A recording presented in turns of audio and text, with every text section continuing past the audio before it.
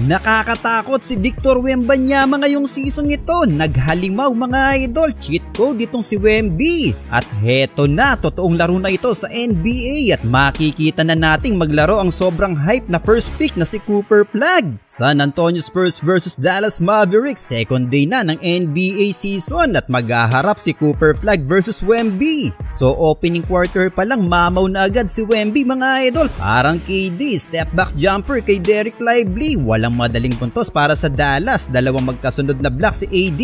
Heto parang Giannis Antetokounmpo naman, hybrid si Wembanyama, cheat code mga idol. Heto pa halos si baon na si Dereck Lively. Paano mo babantayan ang higanting ito mga idol kung lahat ay kaya niyang gawin? Leading scorer si Wemby with 11 points, habang sa Dallas Mavericks ay ang kumakamada itong si Anthony Davis. Nakapagtalagad siya ng 10 points and 5 rebounds. Well, sayang naman ang first attempt na unang puntos sana ni Cooper Flagg mga idol. Alley-oop dunk kaso umalog. Well, 0 points si Flagg sa opening quarter pero meron siyang 2 rebounds. Takot pang mag-attempt mga idol. Dikit lang ang laban, 28-29. Second quarter, heto na naman si Wemby, nagpasabog na naman. Alley-oop reverse dunk, showtime mga idol, at talagang lumalakas na din ang katawan niya, napapaatras na niya si AD sa mga bump niya mga idol. Sa haba niya, wala na ding magawa si Anthony Davis. Heto pa, ginawang slam dunk contest mga idol, grabing halimaw si Wemby, MVP mode. Sasali pa yata sa dunk contest. Heto pa mga idol, nag-ala SGA naman. Unstoppable si Wembanyama sa larong ito. Well, meron na siyang 21 points and 8 rebounds sa pagtatapos ng first half. Dahil kay Wemby, nakalamang na ang San Antonio Spurs. End of first half, 60-51. Wala pa ring naitalang puntos ang first overall pick na si Cooper Flagg dito mga idol.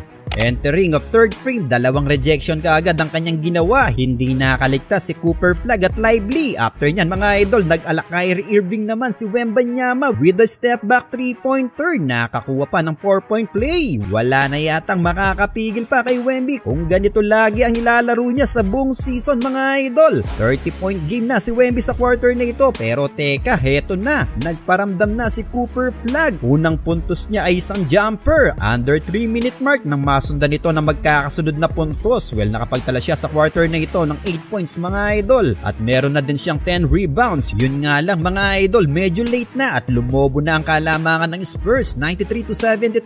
Hawak na ng Spurs ang 21-point lead. Fourth and last quarter ay hindi pa rin tumitigil si Wembanyama sa pagkamada. Tatlong bantay, walang magawa kay Wemby. Heto, siya na rin ang nagbaba ng bola mga idol, coast to coast na tinapos sa isang dunk. Another alley-oop dunk at isang jumper na naman. After nyan mga idol ay pinagpahinga na si Victor Wembanyama. Hindi na nakabangon pa ang Dallas at nagtapos ito sa final score na 125-92. 40-point game for Victor Wembanyama, 14 rebounds and 3 blocks. Habang ang debut game ni Cooper Flagg, 10 points, 10 rebounds, shooting 4 of 13 sa field.